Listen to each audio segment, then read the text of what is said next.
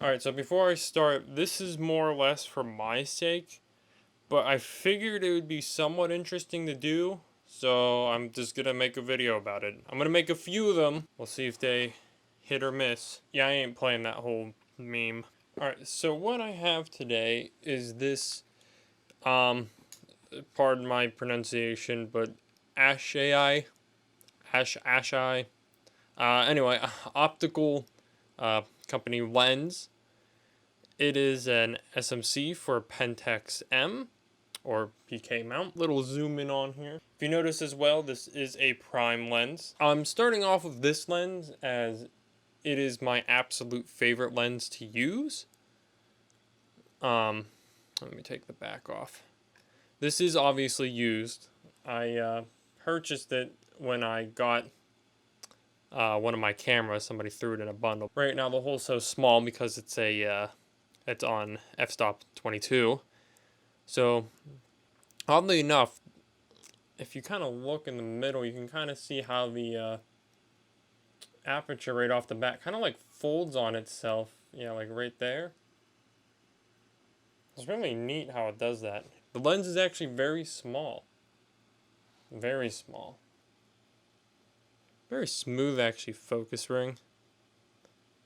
From infinite obviously to how far does it go? 0.45. You can get pretty close. It is a 50. So I mean, depending on how close you want to get, you could get a close up of somebody and really get in on the detail. But the one thing I like about this is the aperture on it. So oddly enough, I didn't expect this to be that fast, 1.4 being really fast and 2.8 being pretty fast, is it has a 2.8, which let's see if I can go to. Now right off the bat, you notice that this is, normal f-stop of 2.8, but it actually goes, oddly enough, a bit further. And if we just do one little click, one more. Now, usually, honestly, I would have thought this might have been a 1.4, but it's actually an f-stop 2. It's kind of weird in my mind. This is, I should mention, probably more of like a antique lens, as you would call it. But yeah, it goes from f-stop 2.8 to 2. And 2, obviously, widens up the whole thing. So what I really like about this lens is you can kind of put everything in focus with, f-stop, 22, 16. But then you can also do really nice blurs by just cranking it all the way up, which I actually really like. What I'm going to do now is just show some footage and as well some video with this lens because, like I said, I really like it for video, but I also really, really like it for photography. And, it's just, in my mind, this is probably my favorite lens, first of all, because it's a 50, so, it's kind of my go-to 50.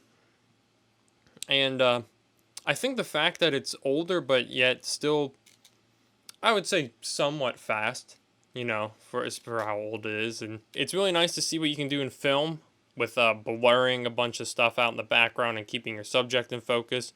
I mean, when I mean blur, I mean really, really blur, as in getting focused on somebody's eye and, keeping like kind of their face blurred out. I think kind of impressive, and also for just photography's sake, I think it's just amazing to have that depth of field depending on how you want it. I mean, I should mention too that you can do obviously a lot more, but I'll probably just use a lot more people when it comes to doing these examples with it, as I just feel like people are the most interesting to do as well as easiest. Animals are nice, but they're kind of hard. Now, as I don't have an exact price on this, I will say when I last checked, I'll throw up a price right now, a generic price. I think they sell them on a website called KEH. It's like used camera equipment, but as well as eBay. And if I'm not mistaken, this was like maybe like $7 on eBay.